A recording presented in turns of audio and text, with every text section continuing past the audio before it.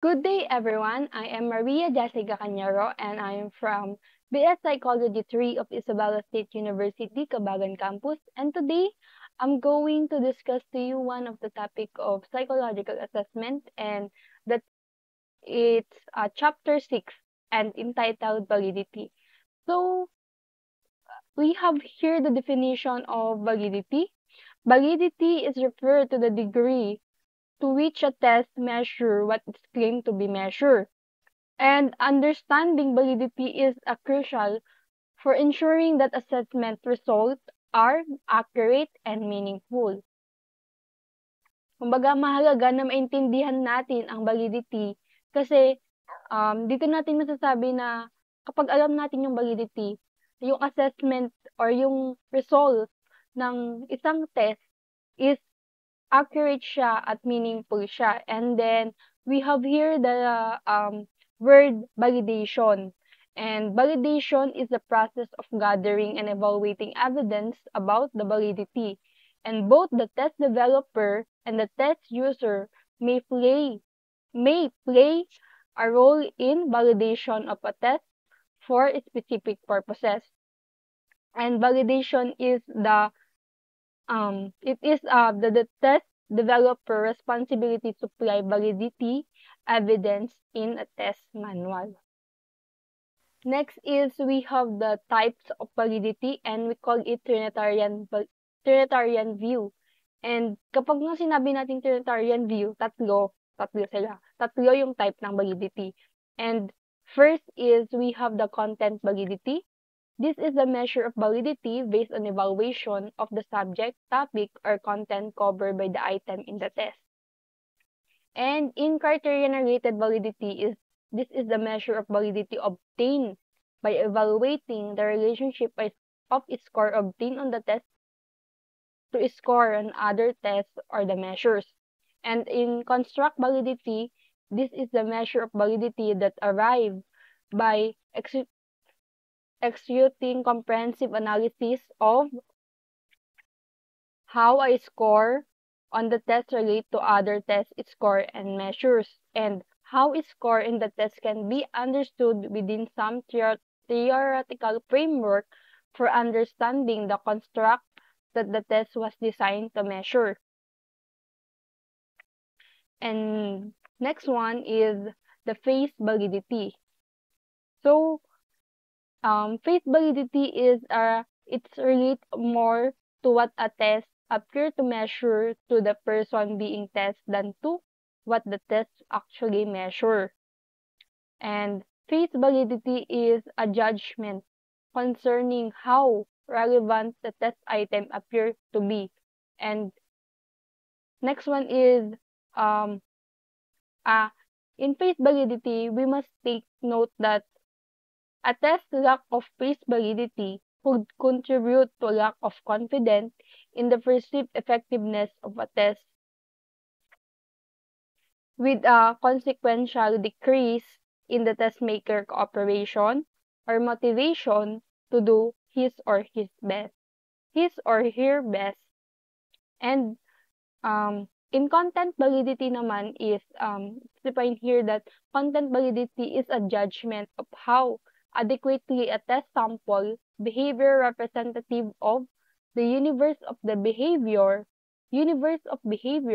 that the test was designed to sample. And next one is the criterion related validity.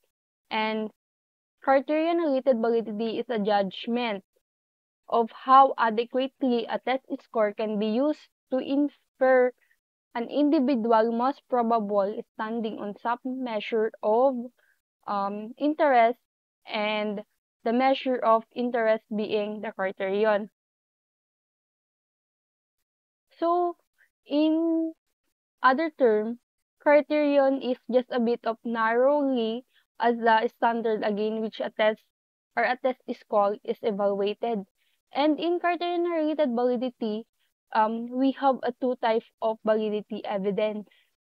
And first is the concurrent validity. Na ang sinasabi dito, na ang concurrent validity is an index of degree to which the test score is related to some criterion measure obtained at the same time. And the next one is predictive validity. It's the index of degree to which a test score predicts some criterion measure. So, para mas maintindihan natin, ang concurrent validity is if a test score are obtained and about the same time as the criterion measure obtained, measure of the relationship between a test score and criterion provide evidence of concurrent validity. And statement of concurrent validity indicate the extent to which a test score may be used to estimate an individual present standing on criterion. And on predictive validity naman is test score may be obtained at one time and the criterion measure obtained at the future time, usually after some intervening event has been taken. And kasi natin dito, when evaluating the predictive validity of a test, researcher must take into consideration the base rate of the occurrence of variable in question, both as the variable exists in general population and as it exists in the sample being studied. So, meron tayo ditong base rate, hit rate, miss rate, false positive, false negative. Kapag sinabi nating, generally speaking, kapag base rate is the extent to which a particular trait, behavior, characteristic, or attribute exists in the population, expressed in proportion. And kapag sinabi namin hit rate, in psychometric parlance, hit rate may be defined as a proportion of people a test accurately identifies as processing or exhibiting a particular trait, behavior, characteristic, or attribute. For example, hit rate could be the proportion of people accurately predicted to be able to perform work at the graduate level, or two, proportion of neurological patients accurately identified as having a brain tumor. And in miss rate naman is in passion. Miss rate is maybe defined as the proportion of people that test fail to identify as having or not having a particular characteristic or attribute.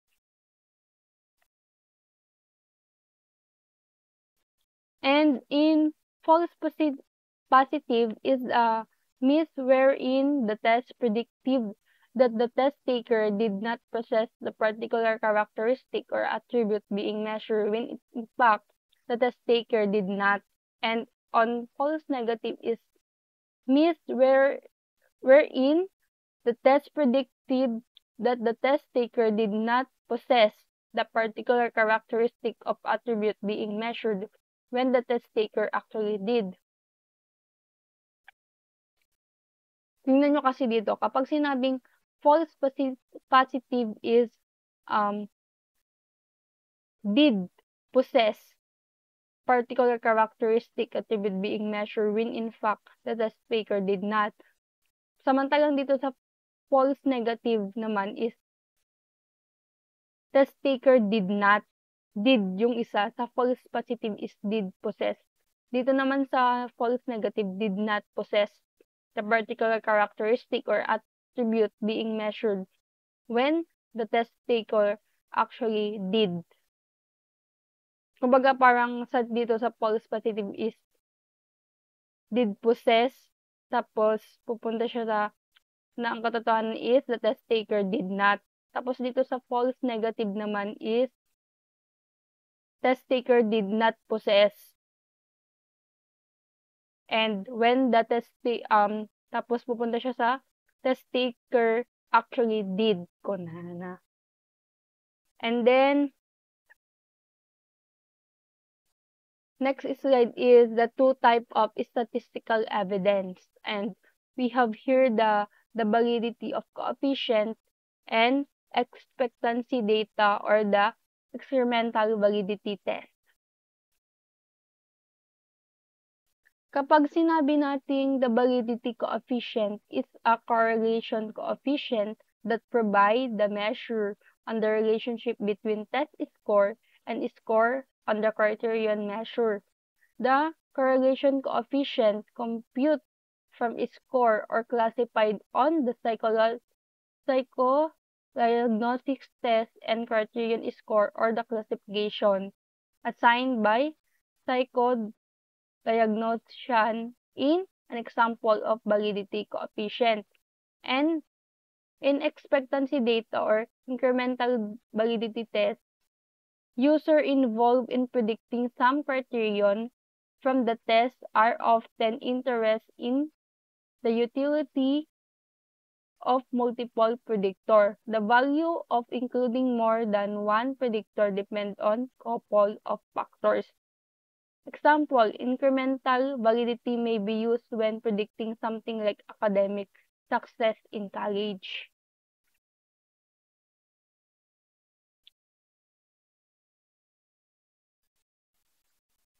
So, for the next one is the construct validity. Construct validity is a judgment about the appropriateness of inference drawn from the test score regarding individual standing on the variables.